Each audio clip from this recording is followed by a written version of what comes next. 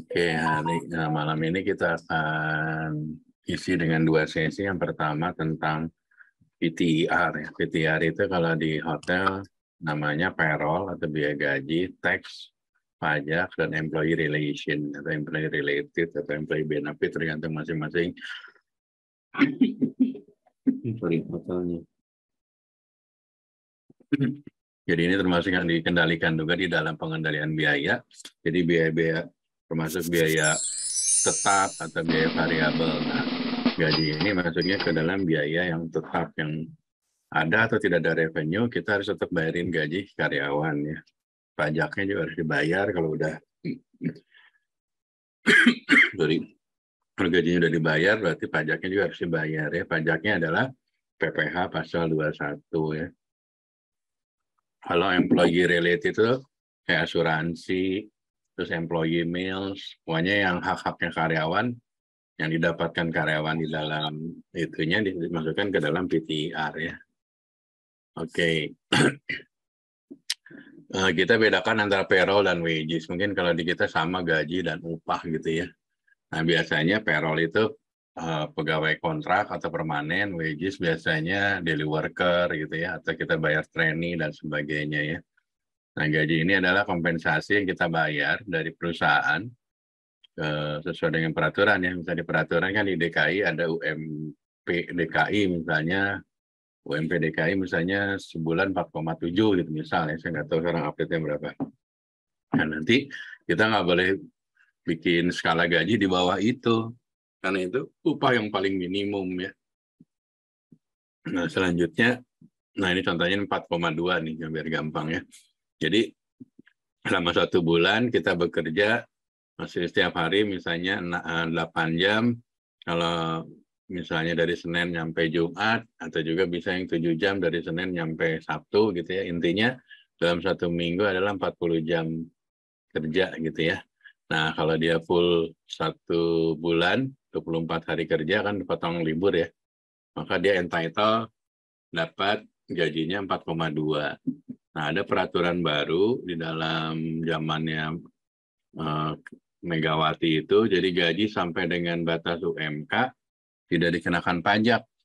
Jadi kalau nanti kamu kerja di hotel, misalnya pas UMK, ini nggak kena pajak, tapi waktu service charge-nya ditambahkan, nah mulai kena pajak. Jadi setiap penghasilan, kalau di perpajakan ada angkanya ya, misalnya pendapatan tidak kena pajak, misalnya X rupiah, tapi ada peraturan baru juga, peraturan yang menambahkan bahwa sampai dengan batas gaji UMK tidak dikenakan pajak. Tapi waktu UMK-nya itu ada tambahan lagi, misalnya service charge, tambahan uang transport, itu kena pajak ya. Nah, intinya kalau nanti dari payroll, kalau daily worker kan gajinya harian gitu ya, atau casual gitu, kalau kamu boleh jadi casual. Yang ngebaginya adalah dari total gaji sebulan yang ini, 4,2 dibagi 24 hari kerja atau 25 hari kerja. Jadi perharinya segitu ya.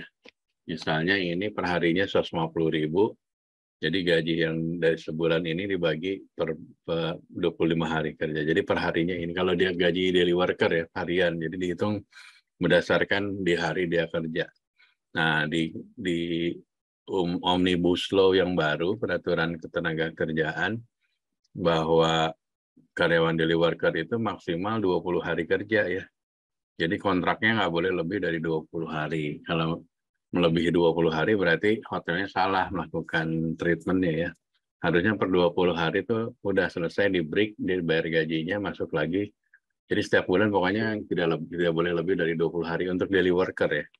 Tapi kalau untuk karyawan ya sebulannya kan 25 hari kerja ya, dalam 1 bulan kan ada hari libur, hari Minggu 4 kali, jadi 30 potong 4 atau potong 5 jatuhnya sekitar 25 hari kerja ya. Nah, kalau kamu kerja di hotel atau di industri apapun, pasti waktu pertama kali kerja kan kamu dapat kontrak kerja ya, working contract ya. Biasanya di working contract itu kita diinfo oleh HRD-nya jabatan kita sebagai apa. Terus jabatan itu tuh posisinya di level apa. Misalnya staff atau supervisor atau HOD, head of department atau escom atau apa gitu ya. Terus di dalam kontrak itu ada nilai gajinya. Yang lain-lain benefit biasanya misalnya dapat BPJS, terus dapat meals, makan sekali, bisa di kantin, dan sebagainya. Jadi semua di dalam kontrak kerja itu ada lengkap. Ada data kita, posisi kita, kontraknya berapa lama, bisa 1 tahun ya. Terus benefitnya apa aja. Oke, sampai sini ada yang mau nanya nggak? Tidak, Pak. Nah, untuk kalau kamu jadi bagian HRD, waktu kamu mau bikin gaji, kamu harus nyiapin staff attendant-nya.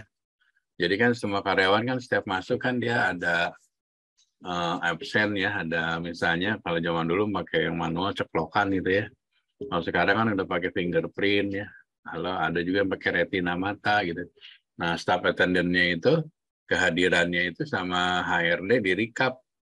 Jadi misalnya kamu hari kerjanya 25 hari kerja harusnya, tapi ternyata ada izin, ada sakit gitu kan ya. Atau ada cuti dan sebagainya. Ada cuti yang berbayar, ada cuti tidak berbayar ya. Cuti yang berbayar itu kamu misalnya, kamu dapat hak cuti kan setahun 12 ya. 12 itu dari apa? Dari setiap bulan dapat libur 1 hari tambahan. Jadi kamu dapat cuti sebulan itu 12 hari. Nah misalnya, di 12 hari itu kamu belum ambil nih, tahun depan dibilang nanti angus, tapi kan kita nggak bisa ngambil cuti karena memang pekerjaan kita ternyata nggak bisa ada yang gantiin gitu ya. Nah biasanya ada perusahaan yang cutinya dibayar gitu ya. Jadi kita bayarin cutinya, jadinya dia nggak ngambil cuti tapi dibayar pakai nilai rupiah gitu ya. Ada cuti berbayar dan tidak berbayar ya. Nah ini contoh nanti kalau dari sistem attendant list ya, sekarang kan udah menggunakan apa namanya sidik jari gitu ya. Jadi waktu setiap akhir bulan atau setiap minggu nanti HRD hotel itu akan narik datanya. Ini si Budi di front desk di bulan Mei ini masuk jam berapa aja, nanti ketahuan kalau telatnya di sini nih. Biasanya kalau telat nanti di sini ada remark-nya, misalnya telat berapa menit, berapa jam. Nah ini yang menjadi performan kamu ya. Kalau kamu di operation kan masuk jam 7, harusnya jangan masuknya jam 7 kan, karena harus ganti ke locker, baju, segala macam, dan sebagainya ya. Nah, oke. Nah, employee benefit itu ya kayak tadi ya, kamu ada BPJS, ada kalau misalnya ada THR, terus ada lagi dapat makan kan, employee meal dan sebagainya. Nah, di akuntansi, jurnalnya, di debit adalah biaya ya, employee benefit expense. Misalnya dapat meals, meal expense, debit, kreditnya bisa cash, bisa bank, atau bisa hutang ya. Ini jurnal untuk kalau kamu di pengendalian biaya, biasanya biaya gaji itu gini jurnalnya ya. Di sini biaya gaji lawannya bank, terus employee benefit, debit lawannya bank, atau kebanyakan kita pakai transfer bank ya. Jadi di sini bank, kecuali kalau karyawan daily worker masih ada yang pakai cash gitu ya. Tapi secara umum semua udah menggunakan bank. Jadi jurnalnya adalah debitnya employee benefit atau gaji, lawannya bank ya. Ada yang mau nanya dari sini? Oke, ini ada pertanyaan. Staff meal, jadi misalnya, bentar, oh ini staff meal kalau bagi karyawan cash sales ya. Kalau saya kan sambil jualan, dia nggak mungkin hanya makan siang balik ke kantor untuk makan di kantin gitu ya. Misalnya dia dapat entitle, misalnya sekali makan 10.000. Selama 25 hari kerja, jadi 10.000 ke 25 hari kerja, totalnya adalah 250.000. Ini contoh dari kalau kita menghitung biaya meals-nya ya. Nah ini ada statement lainnya adalah penjualan hotel 121, jadi net sale-nya 121 dibagi 1,21. 1,21 dari mana? 21 itu kan servis sama tax, kalau kita gabungin kan servisnya 10%, tax-nya 11%. Jadi kalau digabungin jadi 100 tambah 21 jadi 121. Jadi kalau ada revenue gross, di dalamnya ada tax, ada service. Kalau kamu mau ngitung berapa sih net revenue-nya, jadi yang gross ini dibagi 1,21 ya. Jadi 121 juta dibagi 1,21 jadinya 100 juta. Ini cara menghitung kalau menghitung dari gross ke net ya. Gitu ya. Nah, ini jurnalnya. Tadi kan makannya berapa tadi? 10.000 sehari, dia kerjanya 25 hari. Jadi jurnalnya gini ya, biaya makan, meal allowance atau tunjangan makan, debitnya bisa cash, bisa bank. Ada beberapa hotel yang uang makan dikasih pakai cash atau biayanya, ada juga yang langsung jadi gaji, jadi satu mau payroll, masuk ke bank, dibayarinnya lewat bank gitu ya. Nah ini tadi yang contoh yang tadi, dari revenue 121 juta itu, di dalamnya ada pajak dan ada servis gitu ya. Jadi penjualannya 100, service charge buat karyawannya 10 juta, pajaknya 11 juta. Ini dijumlahkan jadi 121. Jadi kalau kamu ngitung gross, cara nyari netnya ini dibagi 1,21, dapatlah netnya 100 juta ya. Ada yang mau nanya? Nggak ada, saya lanjut ya. Nah, nanti HRD atau accounting bikin recap seperti ini nih. Jadi hari ini, misalnya kamu gajian nih besok tanggal 25 gitu ya. Nanti di sini ada list namanya. Nama si A, si B, si C, si D gitu ya. Gajinya berapa, transportnya berapa, lawannya berapa, dan segala macam. Total pajaknya berapa, dipotong pajak, maka dapat nilai servisnya berapa. Nanti ditransfer ke bank nilainya berapa. Ini adalah salah satu rekapan gaji ya. Jadi kalau kamu di HRD atau di akunting, setiap sebelum akhir bulan kan kamu bayar gaji, habis gajian kamu bikin reportnya kayak gini nih, salaries journal ya. Nah, karena kamu ini belajar tentang akuntansi ya terpaksa saya ajarin tentang akuntansi ya. Jadi tadi waktu kita mencatat biaya gaji, jurnalnya adalah biaya gaji pada hutang karena waktu itu kan ini belum dibayarin, waktu ntar dibayarin ke banknya, jadi sales paper ngurangin hutang gitu ya. Untuk menghitung BPJS sama. Jadi employee salaries-nya misalnya tadi kan gajinya 100 juta, misalnya 10 juta. Di 10 juta itu ada potongan BPJS dan ada potongan pajaknya dia sebagai pribadi ya. Jadi jurnalnya debit ini, kreditnya ini, dan ini ya. Begitu selanjutnya yang lain. Intinya kamu tahu aja, walaupun kamu bukan orang accounting, tapi tahu tentang cara mencatat biaya di gajinya. Nah, laporannya nanti seperti ini kalau kamu di laporan accounting tuh. Jadi kayak gajinya akunnya nomor 510. Jadi debitnya gaji, lawannya nanti ke AP atau lawannya juga BPJS dan pajak gitu ya. Ini contohnya seperti yang tadi ini nih. Mana ya? Nah ini Pistek. Ya. Nah ini jangan lupa ini ada kuisnya. Nanti kamu udah saya share kan itunya ya, materinya ya. Sudah saya share kan ya materinya ya atau belum? Halo. Bentar Pak, saya cek dulu. Kalau nggak nanti saya share lagi ya habis ini ya. Belum Pak, belum. Oke, habis ini saya share lagi. Nah, sekarang kita masuk ke materi kedua. Kita akan membahas tentang ini. Udah kelihatan tampilannya? Udah Pak. Nah, walaupun ini kan kamu cerita tentang, at least kamu tahu ya nanti, once kamu jadi departemen head di hotel atau di perusahaan, kamu harus bisa membaca laporan keuangan atau menganalisa kira-kira laporan keuangan seperti apa gitu ya. Nah, sekarang beberapa properti, beberapa hotel, laporan keuangan atau daily revenue report itu udah ke gadget ya. Jadi setiap hari net audit report, revenue-nya akan nongol. Berapa penjualan kamar, berapa penjualan F&B, berapa penjualan lain-lain, dan sebagainya ya. Seperti yang sudah sampaikan di materi sebelumnya, di dalam laporan keuangan itu nanti ada berapa sih penjualannya, berapa biaya-biayanya, nanti maka didapatkan berapa profit atau rugi ya, profit or loss gitu ya. Nah ini namanya financial statement ya, jadi ada pendapatan atau penjualan, total revenue-nya berapa, kalau bahasa Indonesia sama ya.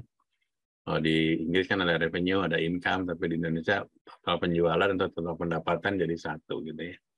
Dikurangin expense, maka didapatkan profit atau loss itu. Itu standar sederhananya. Gitu.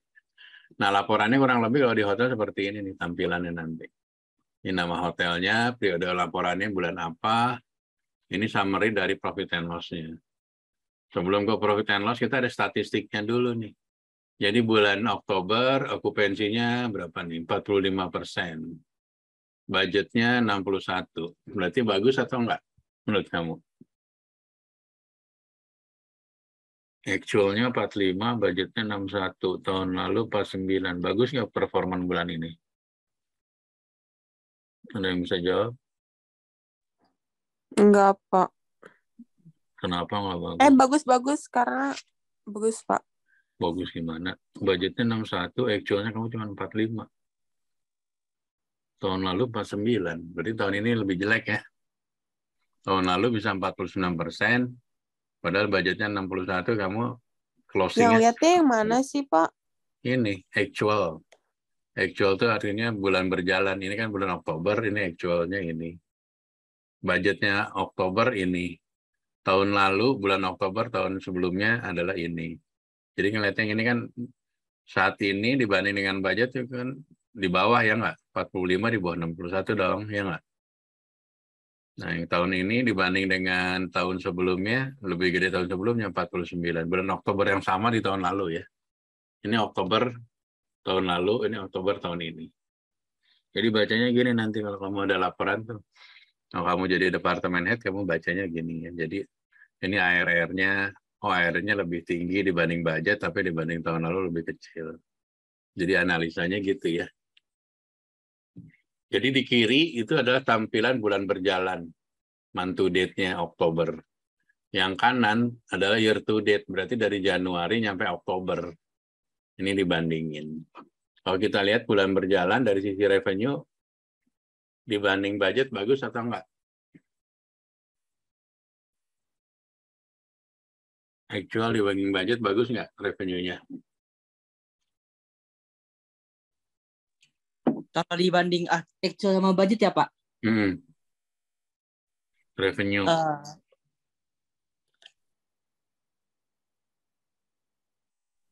Revenue segini, actualnya, budgetnya segini. Bagus? Enggak, Pak. Enggak ya, karena ini di bawah budget, berarti kamu below budget bulan ini. Iya.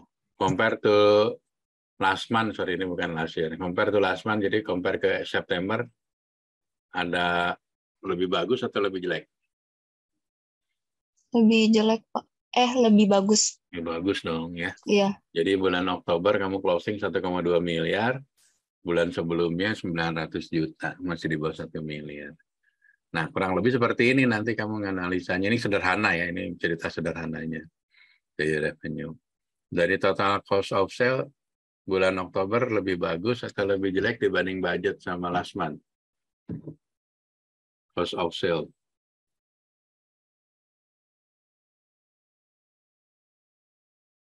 Yang cost of sale bulan Oktober tahun ini, bulan Oktober tahun ini dibanding budget dan dibanding last month lebih bagus atau jelek? Kalau dibanding budget kelihatannya lebih jelek ya Pak. Tapi kalau dilihat bulan lalu lebih bagus. Oke, good. Nah, jadi gitu caranya ya. Analisanya kita kamu compare ke budget, kamu compare ke last month. Nanti bisa juga kamu compare ke same month last year gitu, sama aja. Itu analisanya aja. Yang penting kamu tahu mana yang lebih besar, mana lebih bagus, mana lebih jelek ya. Nah, jadi kayak tadi kan financial statement terdiri dari revenue, dikurangin cost, dikurangin payroll. Nah, ini tuh biaya-biaya semua nih. Ini biaya harga pokok, ini biaya gaji, dikurangin biaya lain-lain, dapatlah profit. Ini kayak room profit 79. Rupiahnya 754 juta. Nah, ini FB ada profit, manner operating dapat profit dan sebagainya ya. Nah, nanti tinggal compare kamu sebagai ini, kamu lihat compare ke budget gimana, compare ke last month gimana, compare ke last year gimana, kamu iniin. Nah, ini year to date-nya ya, berarti year to date itu dari Januari sampai Oktober ya, karena di sini kan periode Oktober, year to date berarti dari bulan awalnya apa? Bulan awal Januari sampai Oktober. Nah, kalau gini ini di bawah budget apa over budget untuk yang year to date revenue-nya? Over atau below? Below ya Pak ya. Ya, below ya. Budgetnya 7,3 miliar, kamu cuma achieve 3,2.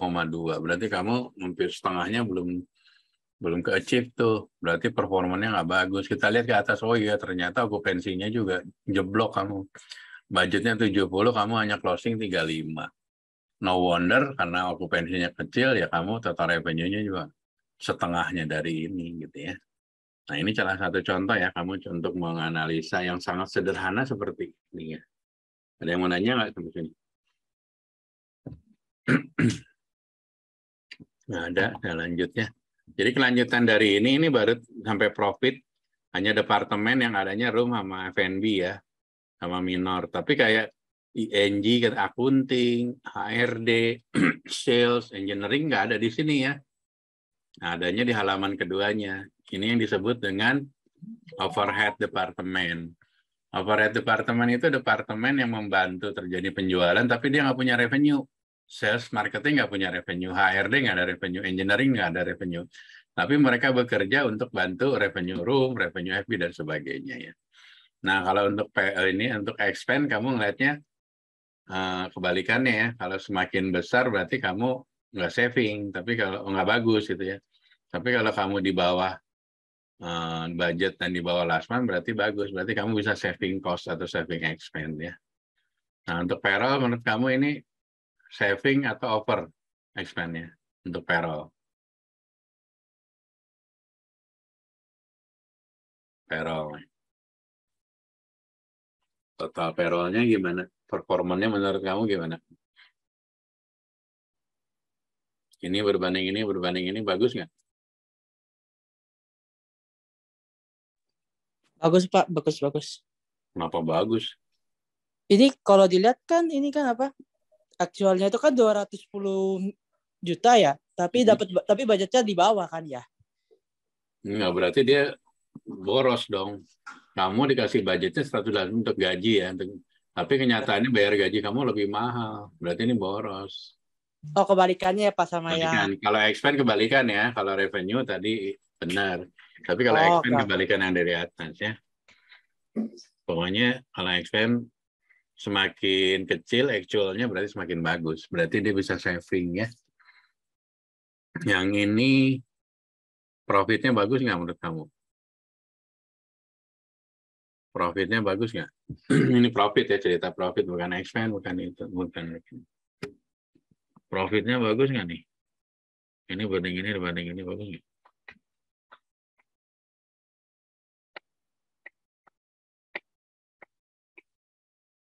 Profit gimana coba? Semakin besar, semakin bagus, atau semakin jelek? Bagus, Profit. Pak. Iya, jadi ini bagus nih. Budgetnya kamu untung di 298, tahun lalu 81, tapi kamu bisa membukukan keuntungan 346, jadi kamu performanya bagus. Walaupun revenue kamu misalnya lebih kecil. Nah, kalau yang ini kamu bacanya gimana nih? Year to date-nya, bagus atau jelek?